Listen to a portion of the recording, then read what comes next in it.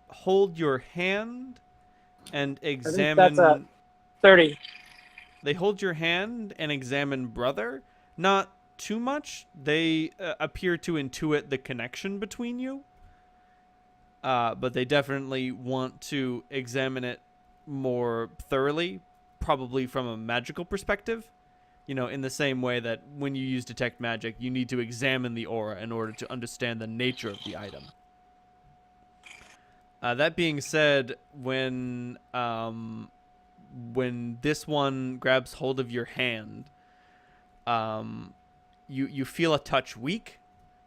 You don't totally lose yourself, like you do when you're in the throes of addiction, but you do swoon a bit. And this thing holds you up. This elf holds you upright and makes sure that you're fine and comfortable standing on your own 2 feet, planted before it goes about its business. Brother, you okay? Saying that telepathically. I'm fine.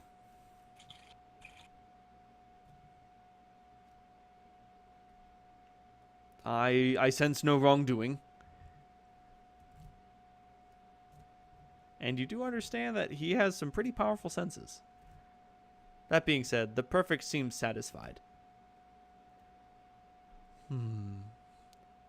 Strange visitors. Always welcome in the land of the elves, of course.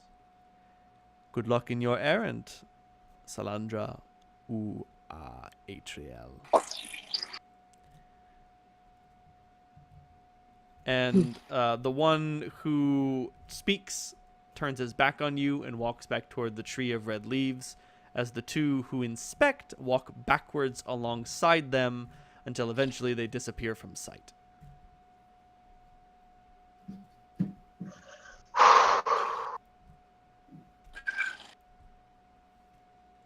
How far away? How far away back to the camp?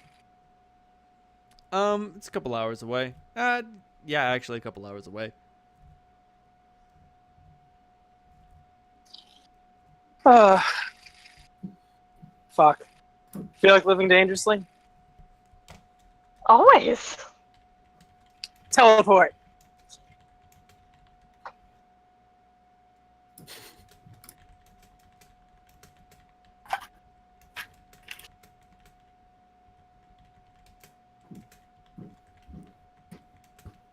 Oh boy. Oh boy. Oh boy. Things can go wrong with a regular teleport. Clementine trusts your abilities, so she's not worried.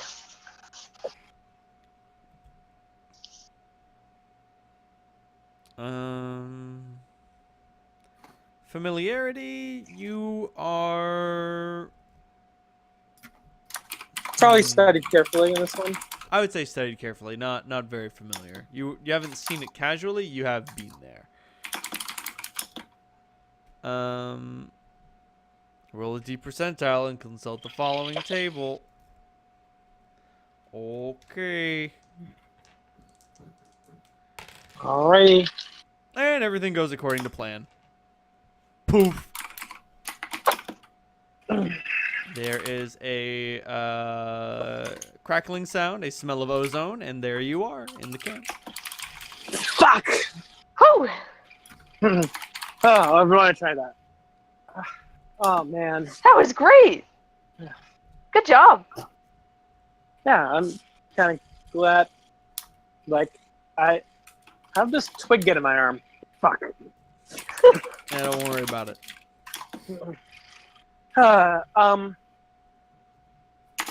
I'm sorry, that kind of sucked. I wanted to get out of there. So, Their hands are cold. tell me what you know about Baylofts. You need special permission to hunt them. They are, Big. they're not exactly holy, but they're similarly revered. Oh, why is the feeling this is going to be one of those? We get 2 offers and we have to pick one and piss off the other. deals.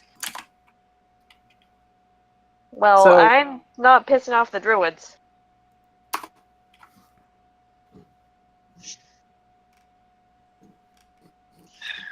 Oh, I should mention, you have appeared with a large beetle. I A pat large- the beetle. A large beetle. Pat, pat. I mean, like, I say large as in, like, it's a cat-sized beetle. It's appeared with us. Yes. Is that a from your folk? No. I'm looking at Clementine. Yes. Salandra, make a knowledge arcane or spellcraft roll.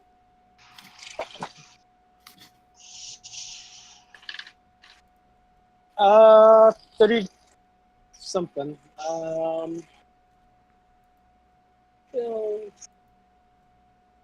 Spellcraft is my best skill. 34.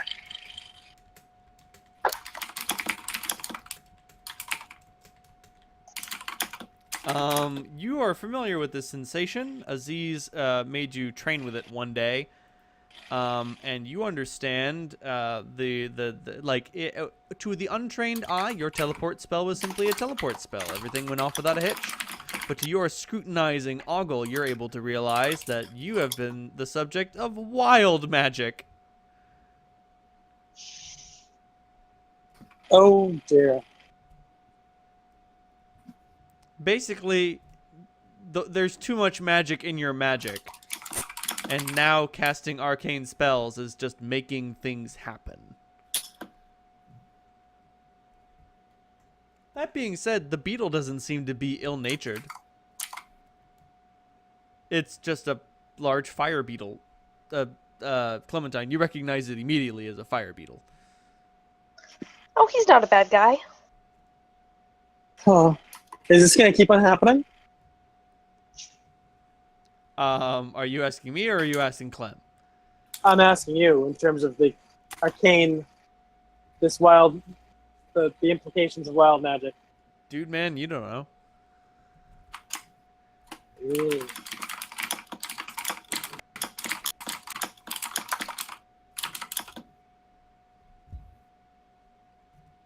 That being said, the fire beetle, like, is not very strong, is not very powerful, and just sort of dirtles around.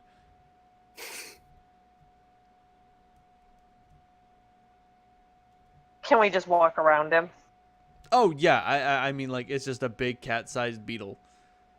It will follow Salandra around like a lost puppy.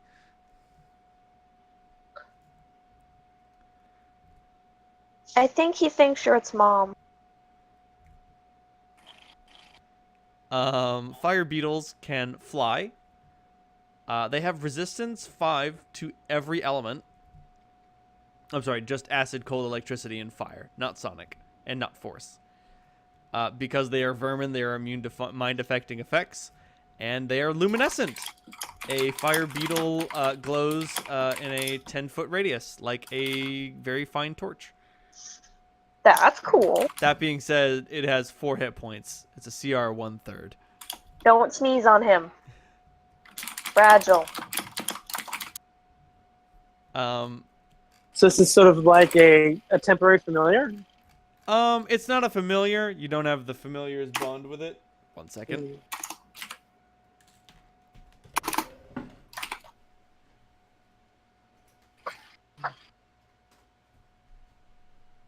I was to say your brother will get very jealous.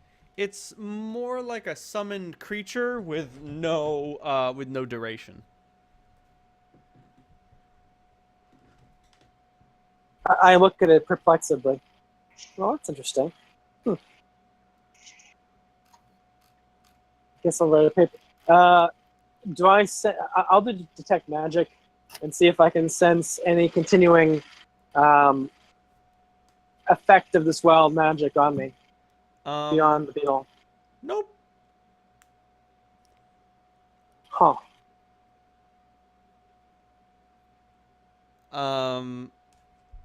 It It does have a lingering conjuration effect, but that appears to be fading.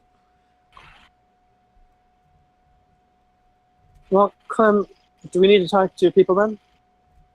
Yes, please.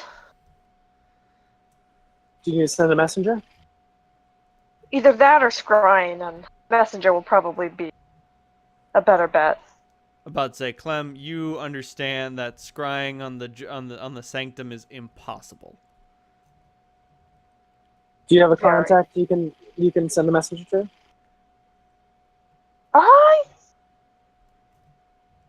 I have a few. One I'd rather not talk to. X, you know how it is. Yeah. We could say that. Oh no, I've got one I can talk to. I say, do I? I probably know someone on the council. I mean, what was your list of druidic contacts? I don't have one. I didn't make one. Oh, we discussed some. I remember you were like, "Oh yeah, I know this guy," and there was this guy that we had a relationship that I'm very embarrassed about. I know that there were 2 or 3, but if you can't remember any off the top of your head, you're gonna have to go there in person, or deliver a message to Wolf Boy, and maybe you don't want to do that. I'll deliver a message to Wolf Boy. Oh boy, what do you send to him? This is more important than any awkwardness. Well, I mean, also remember, Clementine, are you sending an animal messenger? This might take days to reach him. If we have to avoid all of your exes, well, hey, we might have to move somewhere past the Hell Jungle. You're not wrong, but so wait, if I can't animal messenger, going there in person will take less time? Yes. Okay. Because you Then can we will go there transform first. into a creature that can move more quickly than a bird of paradise or a fat pigeon. Okay. I like that those are the only 2 options for animal. Those are your 2 options, bird of paradise and fat pigeon. Alright, I'm gonna just turn into lightning and go just... Am I coming with you? Because lightning's pretty fucking fast for a call. I can do tree stride, but I can't do it with you. Actually, you can tree stride there instantly. Even Toby I have to turn into his little statue. Well, you'll probably be speaking in Druidic, right? Oh, definitely. So if you're transporting straight, if we need to travel to the wilds to get there, then I should accompany you so that we can watch each other's back. If you're going straight there, if you don't need me, you're fully I'm going capable. straight there, and I'll come straight back, I promise. Right, don't go wandering in the wilds alone, please, dear. Of course not. No more dismemberments yelling this week. Deal. I spit in my hand, stick it out. Clementine follows suit. Since I know that's one deal that you might actually hold to. Absolutely. Alright. And Clementine steps into a tree and disappears.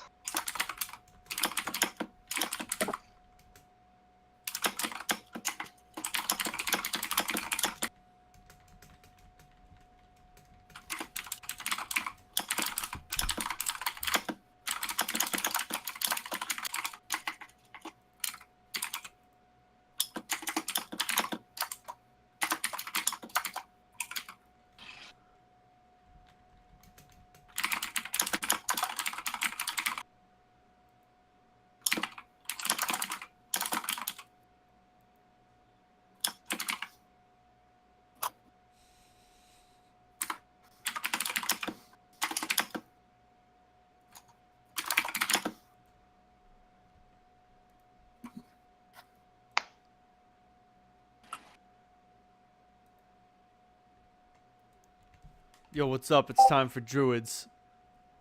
Druid time. Druid time. The Sorry, just real quick, out of character. It was a Baylor that we were required to find. Baylaw. Baloth.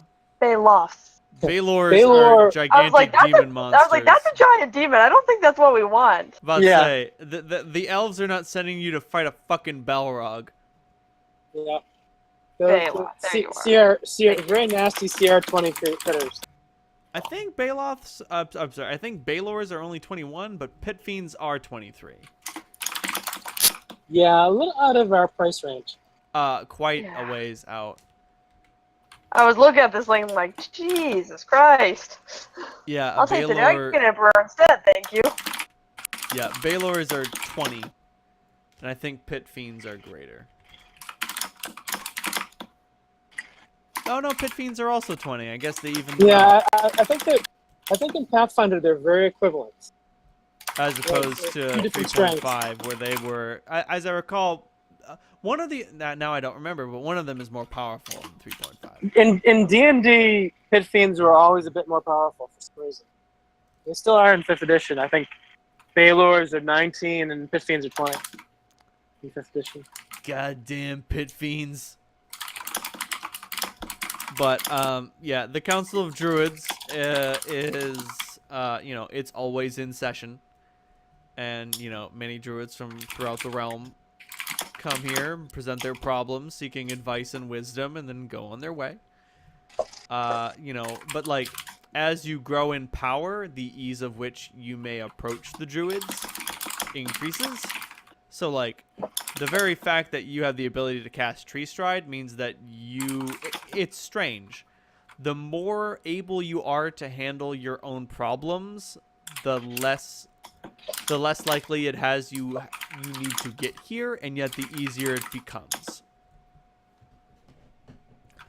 Like, you can tell that many of the travelers who have come here seeking wisdom and advice have done so under animal guises, hiding desperately from the creatures of the wilds that would mean to hound them. But man, you just walked out of a tree. You done. Like, yo, what up? What up? I do not say that, but... I mean, fuck it. Just walk out of the tree, fucking flash a peace sign, and be like, what up? What up, old Melvins? Nah. Is a level 14 an Archdruid, or is that still a few levels off? I don't remember how Archdruids work.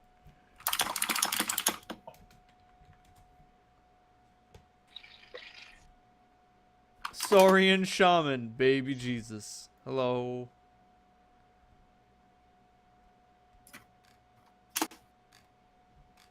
If you guys ever read the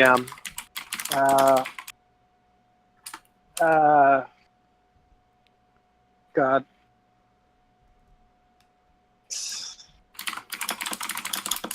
Sorry, brain lost. Oh, man. I'm sorry. I found Green Faith Acolyte, but I did not find... Yeah, same. If you guys ever read the Malazan books, they do have like zombie dinosaurs with prosthetic limbs.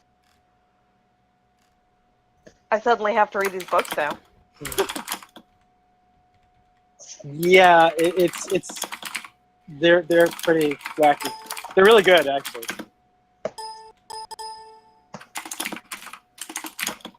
Nah, it looks like... Ah, man, I'd have to look up more about, like, druidic orders, but it seems as if you need to be... You have to, like, follow a specific path. Not just that, I can figure out the level.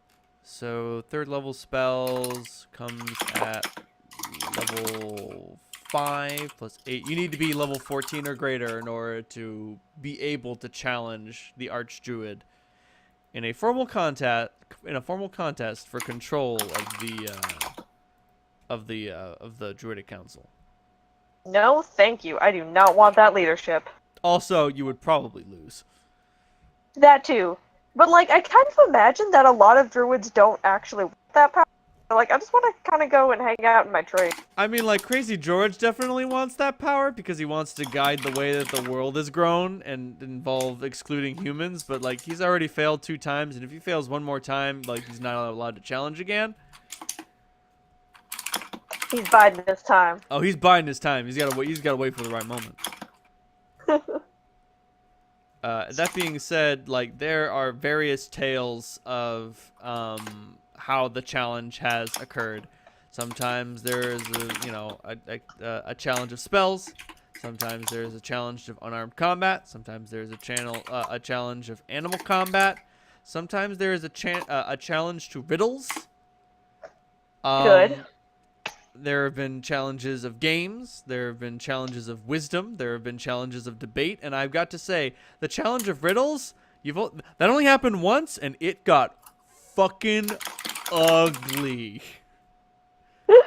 The way it worked is that all of the druids in the entire order produced a riddle. Each of the riddles was checked for like veracity, integrity, wisdom, and just tests. They were tested by riddledom, and then they were placed into a giant barrel. And the way it worked is that so each of the challengers was brought in private, and they would have to answer a riddle, and then once all of them were able to answer the riddle, then that riddle was retired, and then they began with a new riddle. And anyone who could not guess the answer to one of the riddles was eliminated from the tournament. And then once a riddle has been answered by every contestant, that riddle gets retired. And they just keep going around until they ran out of riddles. It went on for 3 days, and ended in a multiple stabbing. Did Clementine get to contribute a riddle? Yes. And like that stabbing was not between the contestants. It was actually between riddle writers.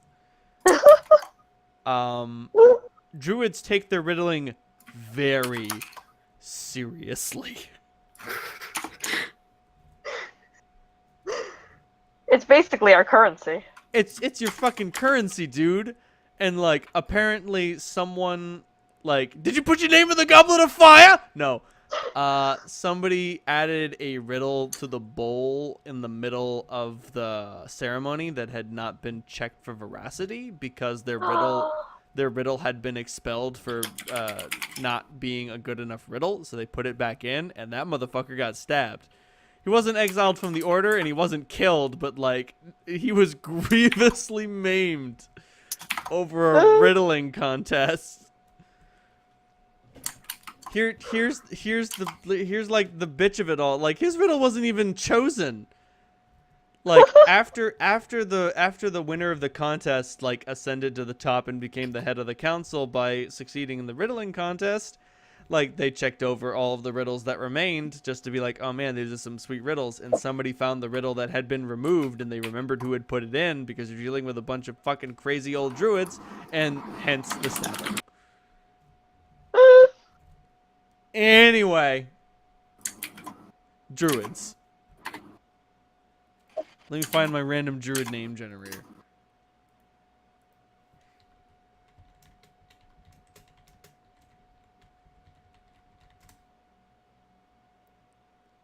Fearbulg name generator? That'll do.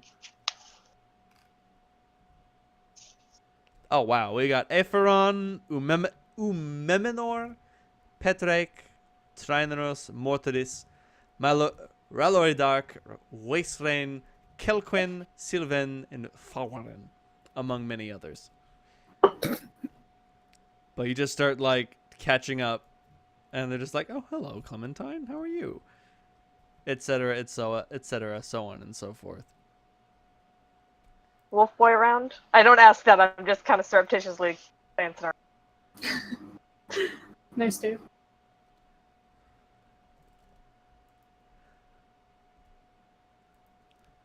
Ooh, that's a very good riddle. Thank you. I figured out the answer. Yep.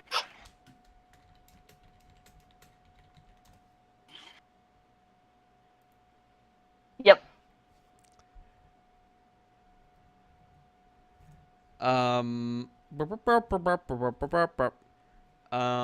But you recognize that the current Archdruid is Inalana. Moving forward, you're going to see improvements God damn it. to our service, like enhanced background. Or Yes. Let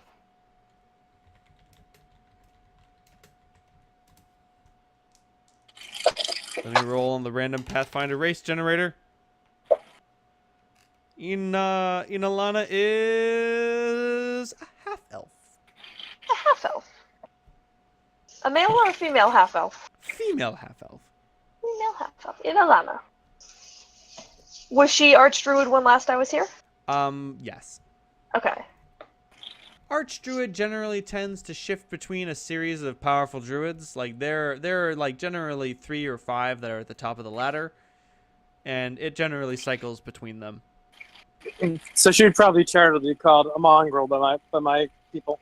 Yes. They have a much more sort of backhanded term. Not mongrel, not like half-breed, not mutant. I'm trying to think of like something like they refer to as her as unique or special or blessed. Some sort of very backhanded way of saying, oh, you're some very positive way of saying you're different. You're not one of us. I'm different.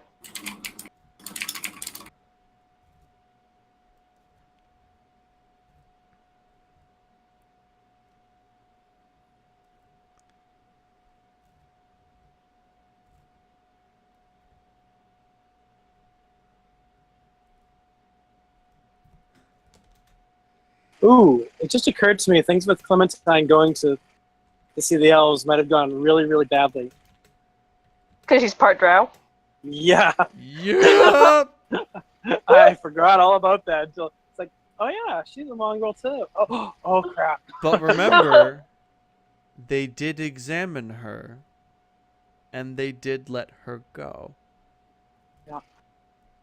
Which means, She's a piss poor drow. well, also, ultimately, they know. But they didn't seem to care. Poor Kay.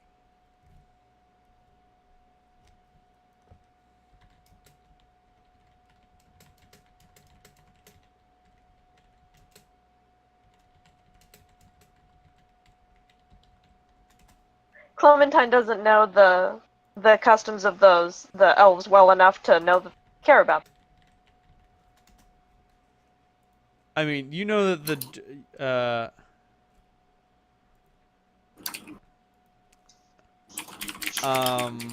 know that you know that the druids have a sort of special place in the wilds. Not even the elves will turn them away at the door. Makes sense. Being a druid is almost certainly something that put you in good favor with them. Yes. Like they understand, like the second thing to an elf is a druid. Yeah. So, and like they must even begrudgingly admit that druiddom overcomes race. Yeah. But even so, even the most powerful human druid, the closest you can get to elfdom is still only human.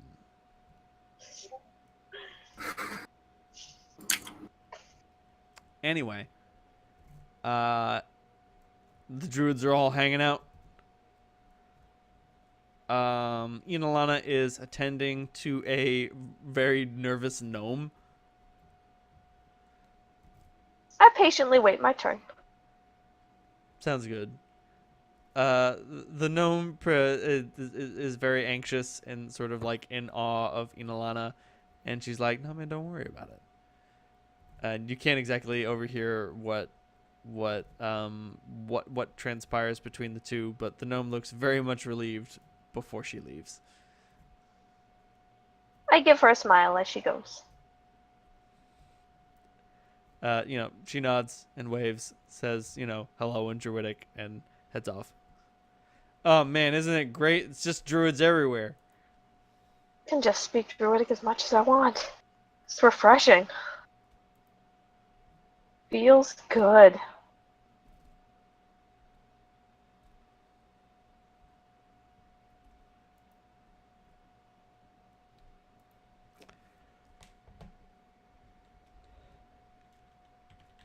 So I scooch over to the Archdruid. Give a little deferential nod.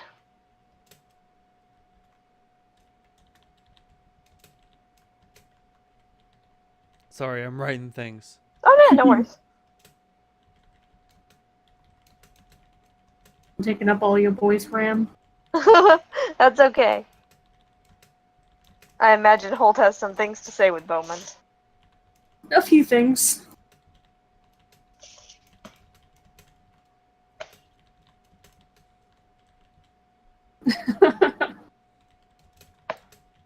I'll tell you later. Yeah, no worries. Ow.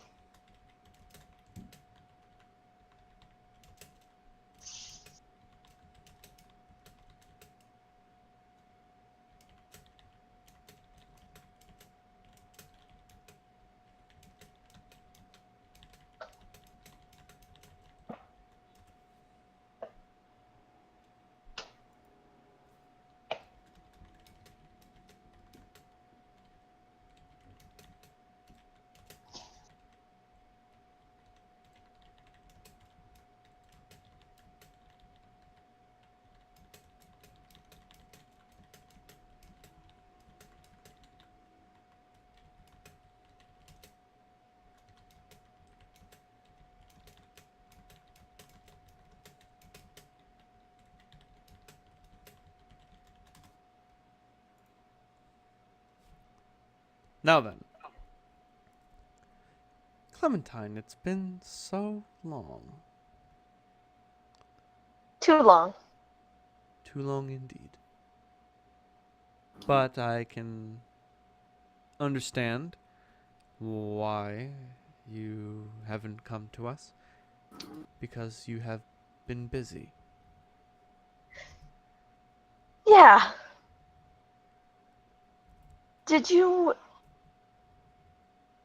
I didn't see any of our people at the Hell Jungle, but do you know what happened there? We were there. Every step of the way. Harrying their progress and keeping the game away. I should have known that. Thank you. You're welcome. Perhaps we could have done more, but we didn't find it our place. Perhaps that was a mistake, but you understand. There was no way we could have known. We are not nature, we are not Gaia, and we are therefore political. She says, bringing a hand to a troubled brow. I understand. Do you know the danger that Septemport is in? Yes, we know. The news reaches us. Then you understand that everything that I ask is to prevent this from happening to us. Of course. My comrades and I, need your permission to fight a Balon near the elves. I understand it's not a small thing that we ask. Yes. I'm glad that you understand that. And like her face sort of like burrows in concern and just sort of like disappointment. There's a lot of that going around lately. Ouch. I'm not angry. I'm Justice. disappointed. Ugh. Ugh. Oh man, no, I know what she's got on her face. She's got that Treebeard look, that a wizard should know better face. Oh no. Ooh. Oh. Oh. No, and she's just like, they're desperate, you know. I know. They think they can wait it out. They think that they're not as involved with the siege as they should be. But let's not worry about that. Either they'll need to participate or they won't. What kills me most of all is that I know what you've been doing out there, Clem. I know what you did at Wind City. Every time your people walk the earth, I know that they are working every minute to save this city, and therefore to spare its wilds from desolation. Thank you. It's just good to hear. I wish we could do more to help, honestly, but you understand. Bylaws, ancient traditions, my hands are tied, but still, you need to understand, before you begin this hunt, it will not be easy. More so, the elves are asking more than they deserve. And in the end, we will grant you this, only because we know what you are fighting for, and we know why it is so important. But let them know, when you drag this, and she makes air quotes, abortion back to them, that all that was wasted will be paid back upon them. And you can tell them that I said that. With pleasure. Thank you, Clementine. Good luck. Good hunting. Thank you. Stay safe. Of course. She gives a little nod. Goes on her merry way. Steps back into a tree. Whoop! Flashes a piece on. I'm outie. I'm out. Later, nerd. And then Solandra Clementine walks out of a tree. Boo! Solandra, this beetle has been climbing up your back. Oh, he's muted. Ah.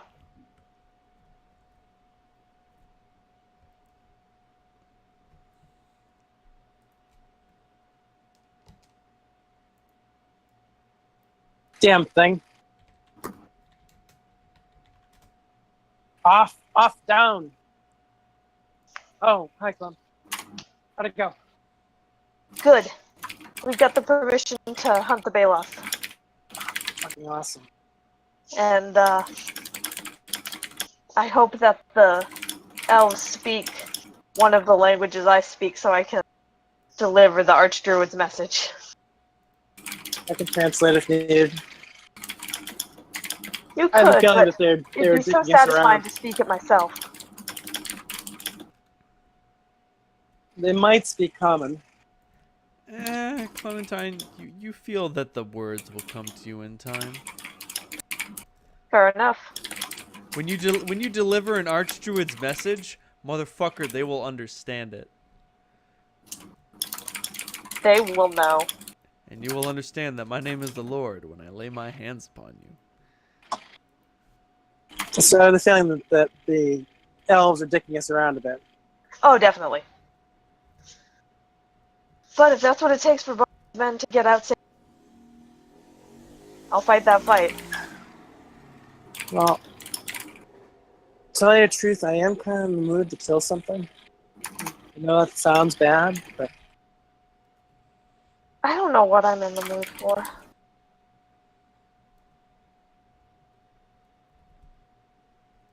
well, rival will probably be enthusiastic. Absolutely.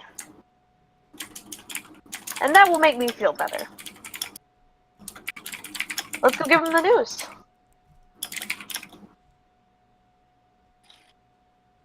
All right, let's get back up. Where's Holt? He's talking to Bowman.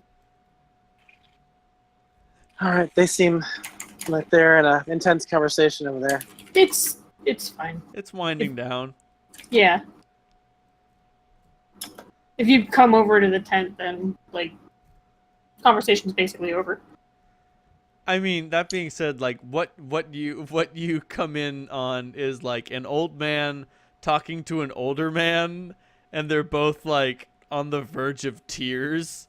Yeah.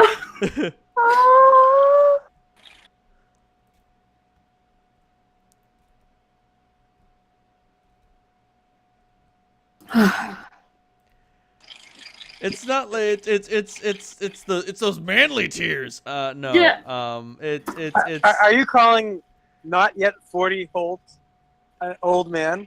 It's not an old man. I mean, you've got to understand. This is It's a little This is medieval harder to times. tell now that he doesn't have, the beard to betray his gray hair, and his hair is. Like this is fantasy RPG times. 38 is like 1 foot in the grave. Like Holt should have like 9 children by now. Cap, are you saying that people with gray hair are old? I'm saying that they're stressed. Okay, fair enough. Hey, I don't have any gray hair. It's all white. And when two very emotionally mature old war horses start talking about old war buddies, tears will flow. Yep. And that's just part of life, man. Whoops, all crying eggs. Oops. Yeah, no, seriously, I rolled a 1. Is this just not to not cry? To not cry, yeah.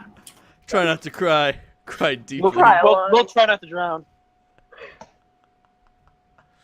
Gives kind of an awkward little hello wave.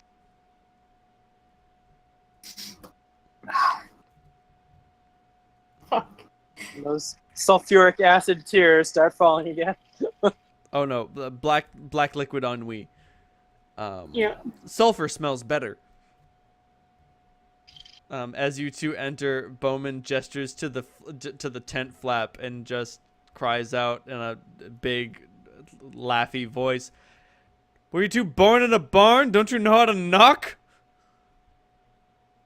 I was born in a barn. Oh, well, I guess that explains it then. I was born in a tree. So how did things go? Very well. We get to fight something. Well, that's good. I don't see any bruises, so they didn't make Oh, you... we will get to fight something. Oh, well, that's... We kind of have to hunt something, which probably is not the best skill set for us. I'm trying to think, does any of us have any survival skills at all? Clementine. Not anymore. No. Oop, there they go. Bowman pipes up, "What are you two going to hunt?" Oh, Bailoff. Oh, Like- what? His eyes Get go my shit wide and together. his jaw goes slack.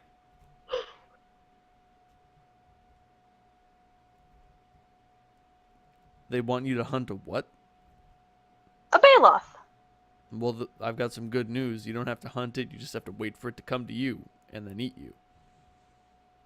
Not if we eat it first.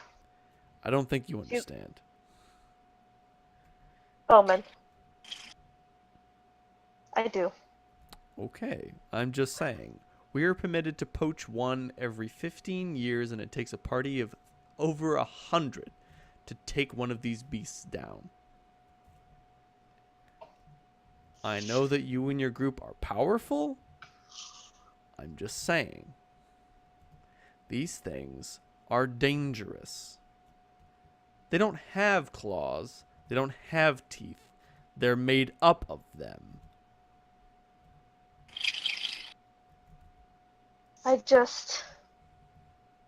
We have to do this, so what choice do we have? I'm just saying. This isn't a regular beast. This is the king of the beasts. Hmm. And the damage that we have to do to it will be dealt back to the elves. So says the Archdruid. Well then.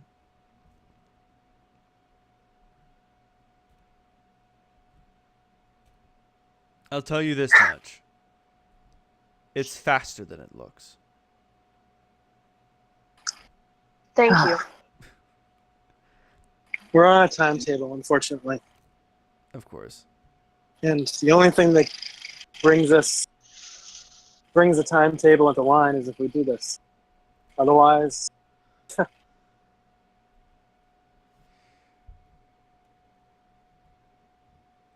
So you're taking me with you, right?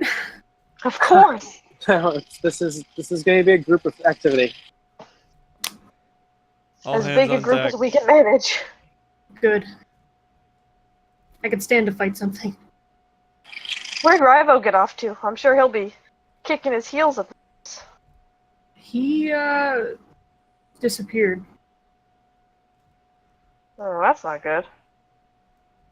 This might be a good opportunity to test out your new friends.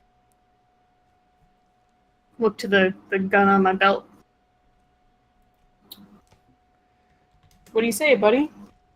You want to hunt a giant monster?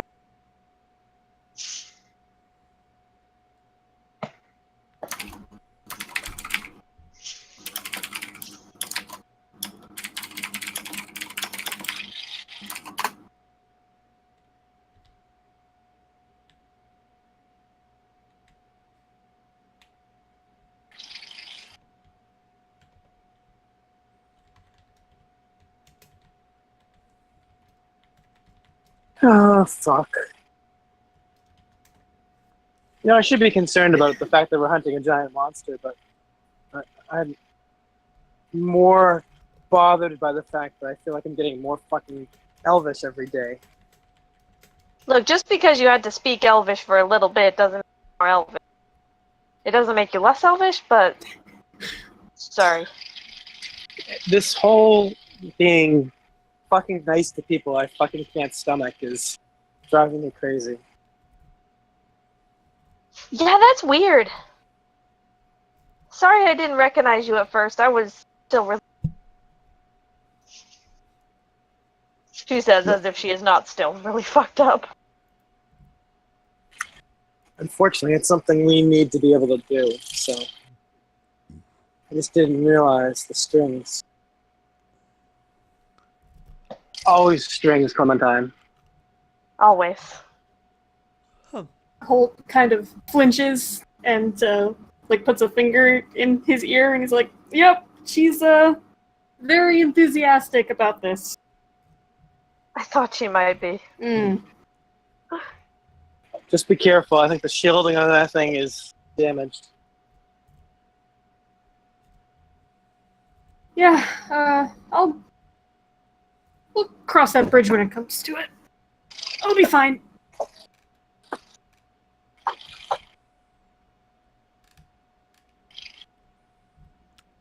Ooh, I get to it. Rival, get your ass down here. How long have you guys been gone? Few hours. Couple Couple hours. hours. What? Oh, shit. I fell asleep.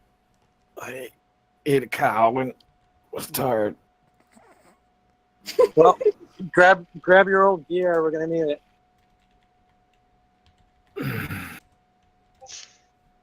What for? Fight the monster. Big one. Mean one.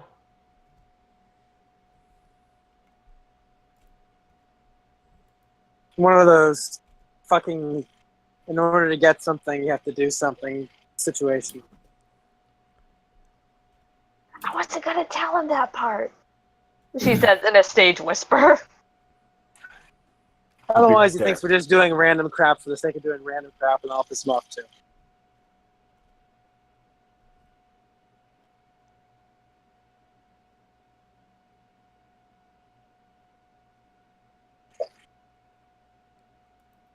What?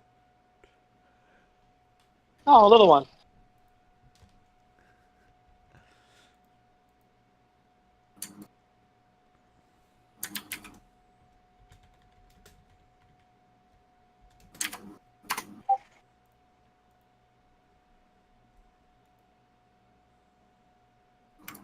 That is a little one.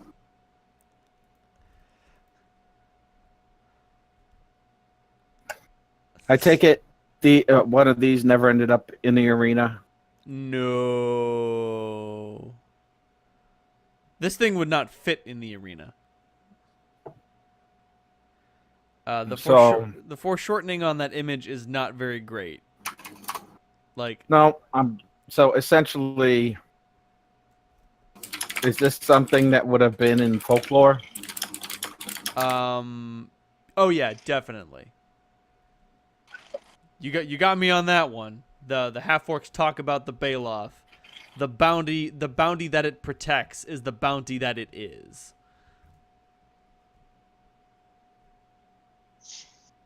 So is this essentially a remnant of the dragons of old that live in the Hell Jungle?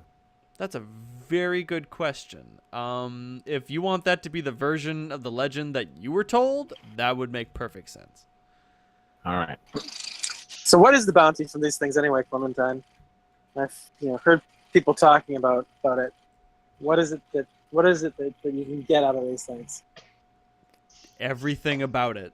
Like, its claws, bones, chitin, scales, teeth, eyes, flesh, and organs are all very powerful material components.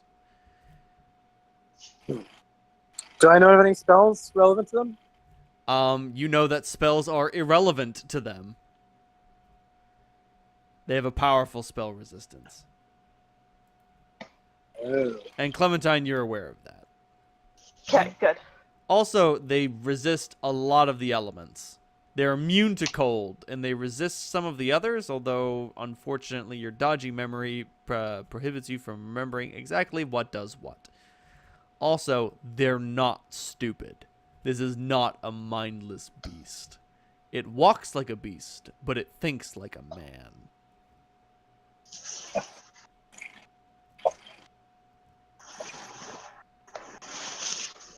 You kind of get the feeling that if Clementine wasn't so dogoed up still, that she would be very afraid of. Also, like, these things don't breed. They are spontaneously generated. Like, there are no male or female Baloths. Like, Okay, so is this the Pathfinder equivalent of a Tarask? no, not at all. It's much weaker than a Tarask. Oh, okay. All right. Yeah, if it were trash, we'd be all dead. Well, yeah, but it's like still. Oh, it's weaker than a Tarask, but it's. I mean, There's like, a lot of room. There's a lot of room under the trash. right. Like that includes liches, beholders, dragons. Yeah. Yeah. Like- Pretty much the entire monster manual is under the trash. Like, this thing is a CR-14, which means as far as all the other creatures on this plane are concerned, this thing's fucking unkillable.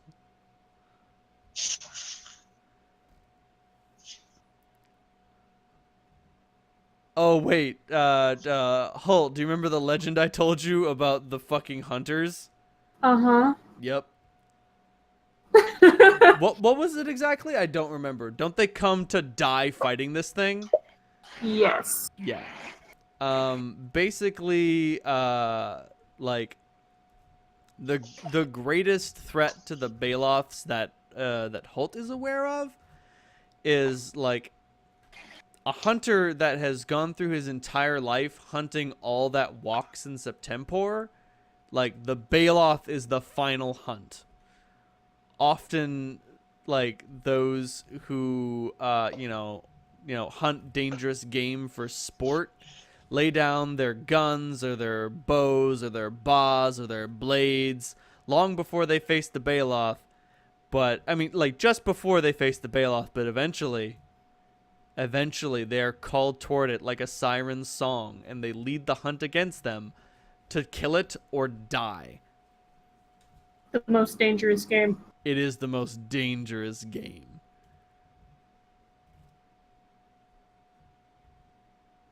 Anyway, with all that ominous foreboding out of the way, that'll do for this episode of Septemport. And then you guys are gonna, like, track it down and one-shot it, and I'll be like, oh man, look at the Baloth, am I right? And they gave her that gun. Shouldn't give her the gun. All right, y'all get 7,500 experience points for a fantastic session.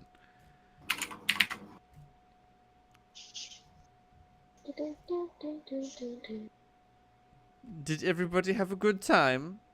Oh yeah, Yes. you betcha. Good. Yes. Good. Got new gear, cried a whole lot. You got to meet my dick relatives. I did not get to do that, but I got to listen to it.